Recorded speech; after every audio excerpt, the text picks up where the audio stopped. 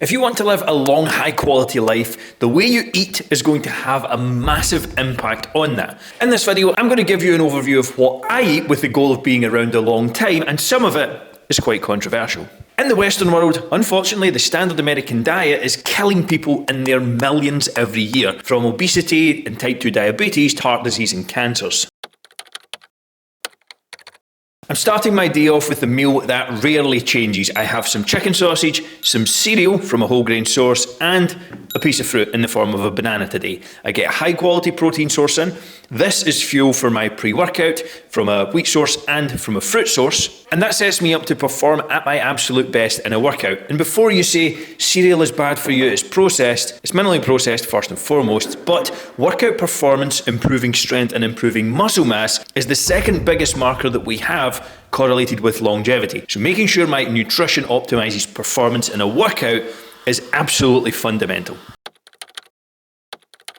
This is my immediate post-workout meal. So I have a protein shake, I've got some skimmed milk in there because I like the taste better. I don't like it with water. There's nothing wrong with the calories from skimmed milk either. Just a basic whey protein powder. I've got some blueberries here for some carbs immediately post-session. It is only 11 AM, so I'm not having a meal that's too heavy. I personally prefer to eat more later in the day, so my lunch meal at 1 o'clock is going to be the bigger meal of the two. But I do think it is important to get some protein in and some carbs pretty quickly after your workout, because again, that's going to help optimize strength and muscle mass, which is one of the most important things when it comes to longevity. Meal number 3 for me here is some lean ground mince. So this is 5% fat, much more vitamin rich than chicken or turkey. So again, I tend to try and get a lot of red meat in my diet. It is not high cancer risk, despite what some people will tell you. White rice is in there as well. It's easier to digest and I find it a higher quality source than a brown rice from a digestion standpoint. And also I've got some lettuce in there as well for some fibre, along with some salsa. And this is a perfect big post-workout lunch meal for me.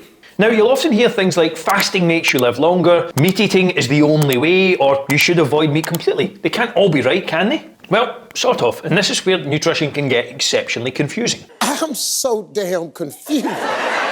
The thing is with nutrition, it has to be something an individual finds sustainable. Anything else is a complete and utter waste of time if you want to live a long, high quality life. A good plan will allow you to manage your calorie intake on a daily basis, get adequate amounts of protein, get adequate amounts of fibre, and get a good balance of micronutrients. That can look completely different from one individual to the next. It's about finding the one that works for you.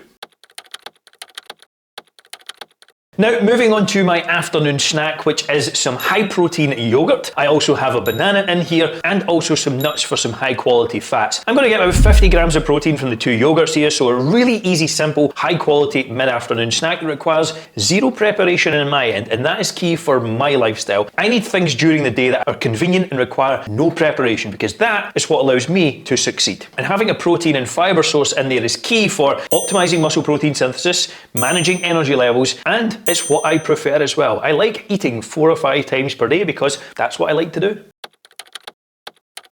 Meal number 5 for me is going to be some salmon, some salad, some sourdough bread, which I know a few of you are going to find controversial, and some olive oil with balsamic vinegar, washed down with a diet soda as well, which some people will also probably find controversial. The reality is the sourdough bread is a small portion of my diet that I use to stay on track. It is a fermented bread and easier to digest as well than other sources. I use a whole grain also. With regards to the diet soda, despite what your TikTok influencer will tell you, it is not carcinogenic. Those who consume diet sodas actually tend to lose more weight, because my assumption is down to the satiation benefit and the sort of sweet tooth effect, if you like. I have a very sweet tooth, so it stops me eating something that's more calorific. This is my sort of 5th and main evening meal. A lean protein source, some fibre from the salad and vegetables, and again a carbohydrate that's not fried from the sourdough.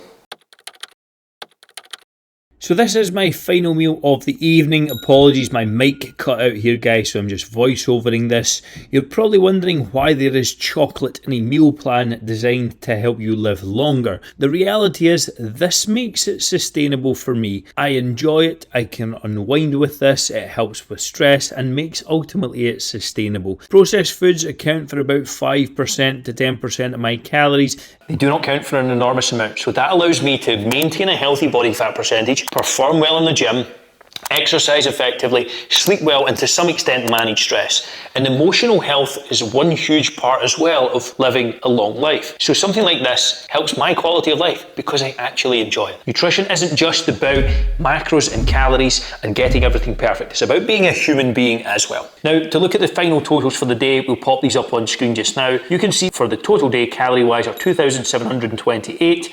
We have 213 grams of protein, 283 grams of carbs, 25 grams of fibre, and 80 grams of fat.